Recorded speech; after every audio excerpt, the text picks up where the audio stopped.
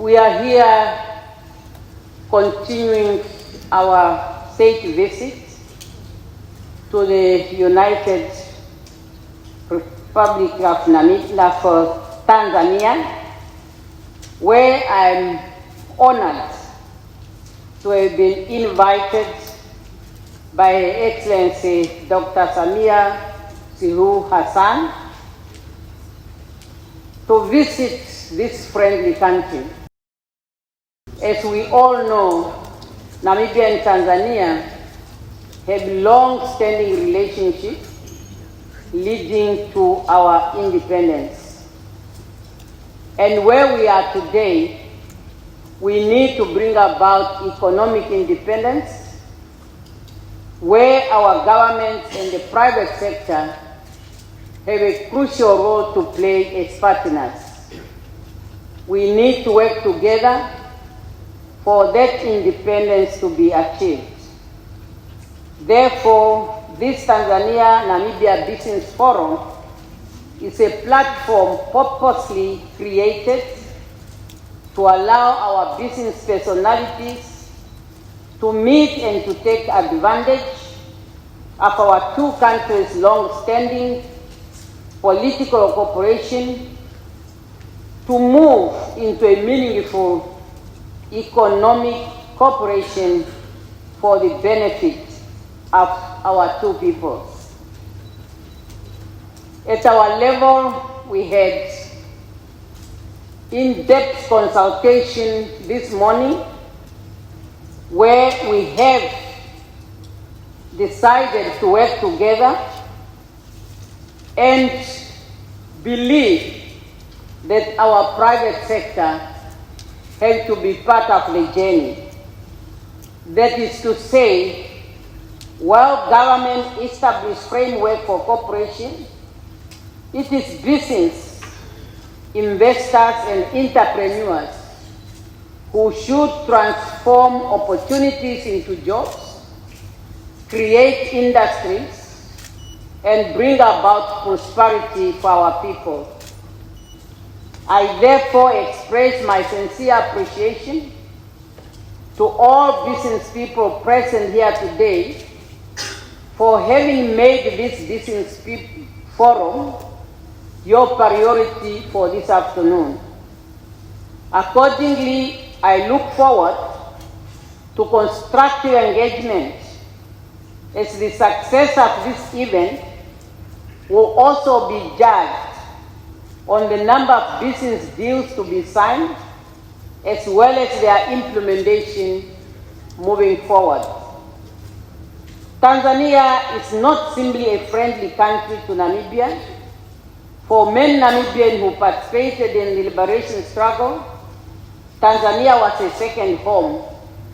It was a place of refuge, solidarity and hope. It was here that many Namibians found support, received education, developed leadership skills, and strengthened their determination to continue the struggle for freedom and independence. It is also important to underscore that the people of Tanzania stood with Namibia when freedom was still a dream. The Tanzanian people opened their hearts, their homes and institutions to Namibian people during the most difficult time. The friendship between our two countries was therefore forged through sacrifice, solidarity, and shared belief in the dignity and freedom of all Africans. The people of Namibia have never forgotten that support and will never will. Our freedom was not achieved by Namibia alone.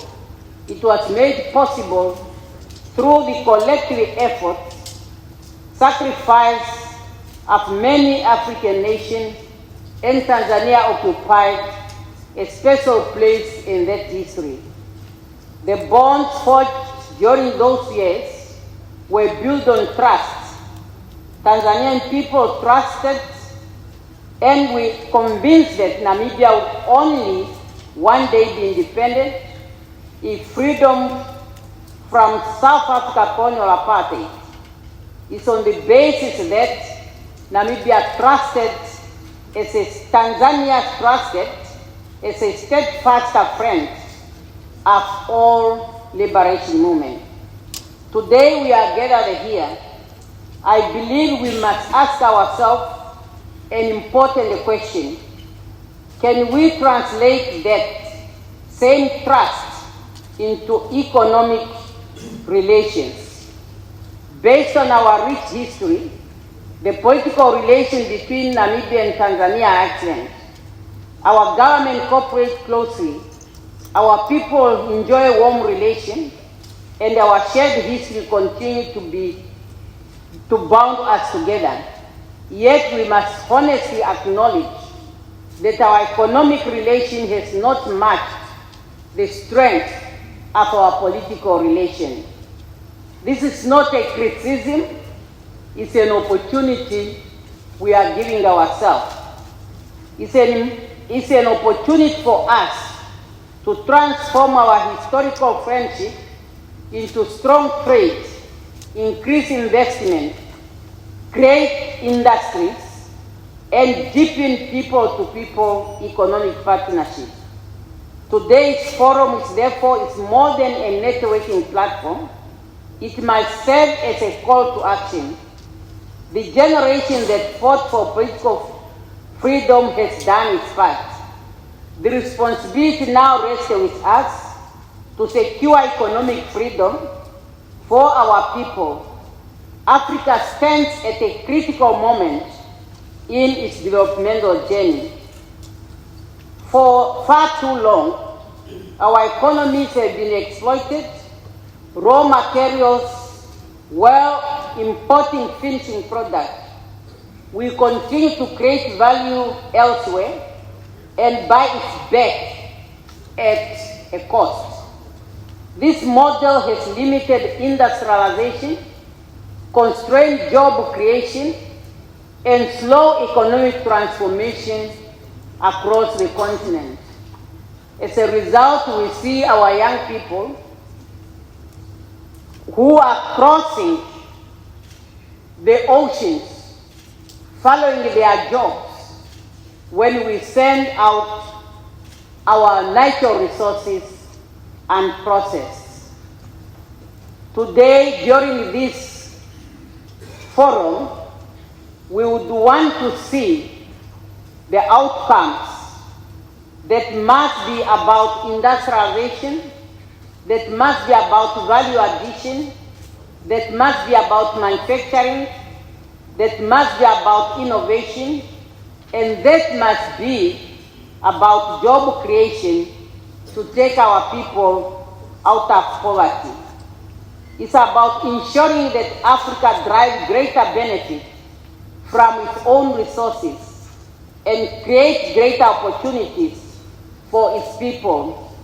The African continent free trade area presents us with an opportunity to speed up the African agenda we want as articulated in Agenda 2063. Your Excellency, Namibia and Tanzania possess complementary strengths that provide a strong foundation for deeper economic cooperation.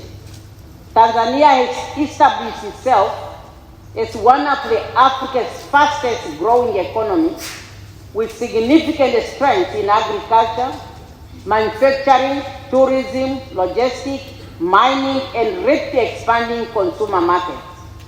Namibia offers strategic logistic infrastructure, abundant natural resources, and growing opportunities in agriculture, agro-processing, tourism, health, education, energy, and others.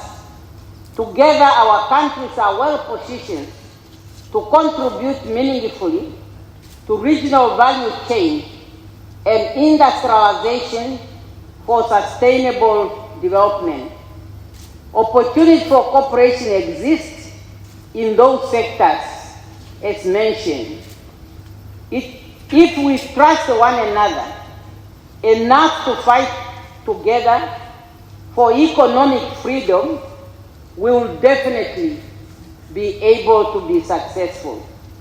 As African business people, do trust African products, African services, and Africa enterprises in the same way that we trust products from elsewhere. The question we must therefore ask ourselves, do we trust one another enough to place Namibia's products on Tanzanian shelves and Tanzanian products in the Namibian shelves? Do we trust African entrepreneurs enough to invest in their ideas, support their innovation, and back their ambitions? Those are important questions because trust drives investment, trade, and long-term partnership. Africa produces world-class products. Our coffee, our tea, our coke, our textile, and with all the minerals. And will be able even to be part of the fourth industrial revolution as with all critical mineral resources. Do we trust African products enough to choose them, promote them, and invest in them? If we are serious about building intra-Africa trade, we must begin by trusting one another, trade with one another, and invest in one another's countries. We must begin to look at each other, not with suspicions, but with confidence. Africa, that is our time. Economic cooperation must ultimately be measured by its impact on our people. The true value of trade and investment lies not in statistics alone, but in the jobs created, the skills transferred, and business developed. The world is moving at a speed. New technologies are emerging. New industries are taking shape. New markets are being created. We therefore do not have the luxury to delay. And that's why, as African business people, we need to act now.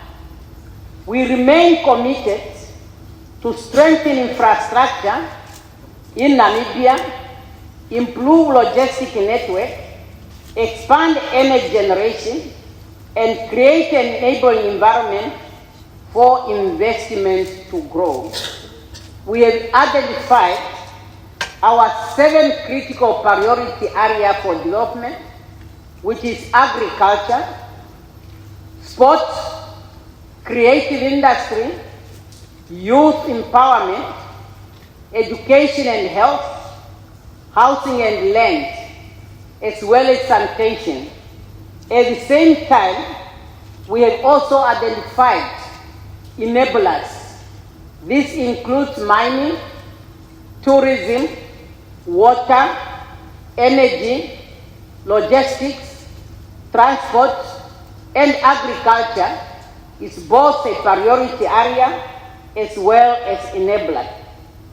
Transport is very critical.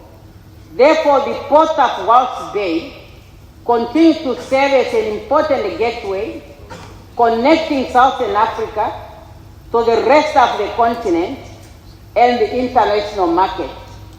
We see significant opportunity to strengthen trade and logistic link between Walvis Bay and Dar es Salaam ports, thereby enhancing connectivities between East Africa and Southern Africa.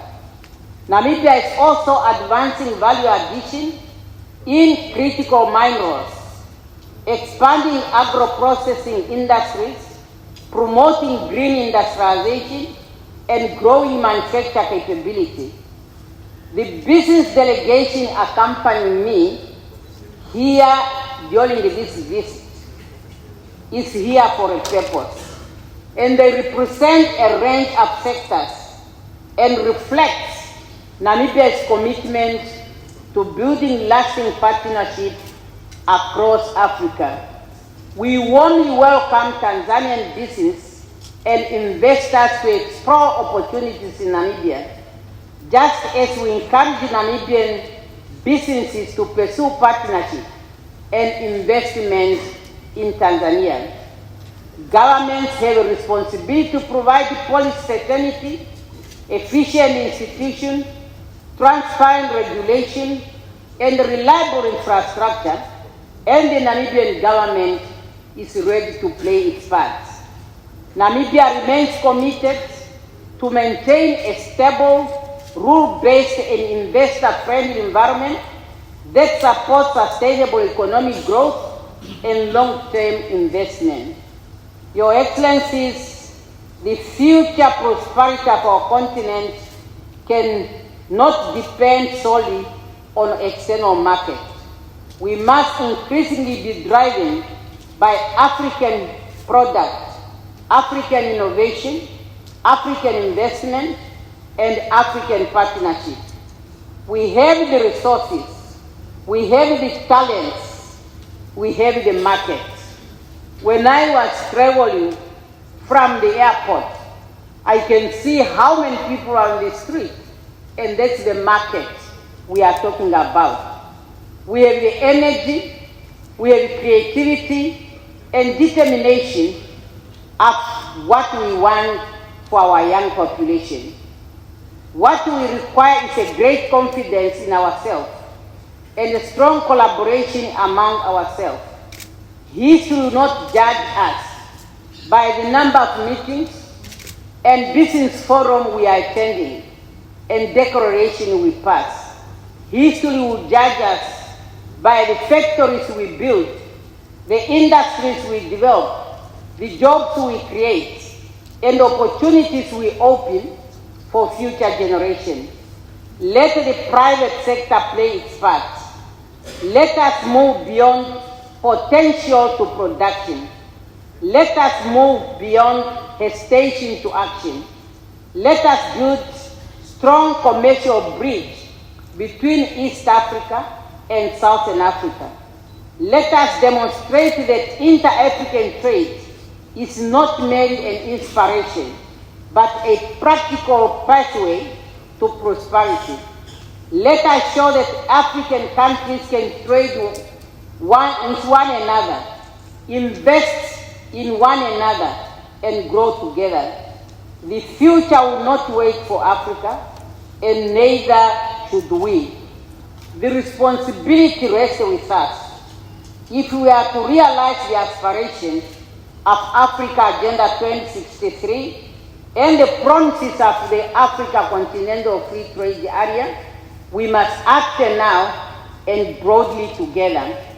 Let the future generations say that when Africa stood at a crossroads, we choose partnership over hostility, production over dependency, and action over delay. Let them say we built Africa that believed in itself. Let them say we built an Africa that trusts itself. Let them say we built an Africa that protects itself and that uses its own efforts and through its own strength bring their people where they want to be. I am therefore confident that the engagement taking place today will contribute significantly to strengthening Tanzania-Namibia economic relations and advancing our shared vision as prosperous, industrialized, and interconnected Africa. We are really expecting good results from this forum, and we hope the state of the Namibian business people will make a meaning to what we want to achieve together. Africa must be developed by Africans themselves. No one else can do it on our behalf. Let us make our resources to serve our people better. Thank you, Your Excellency.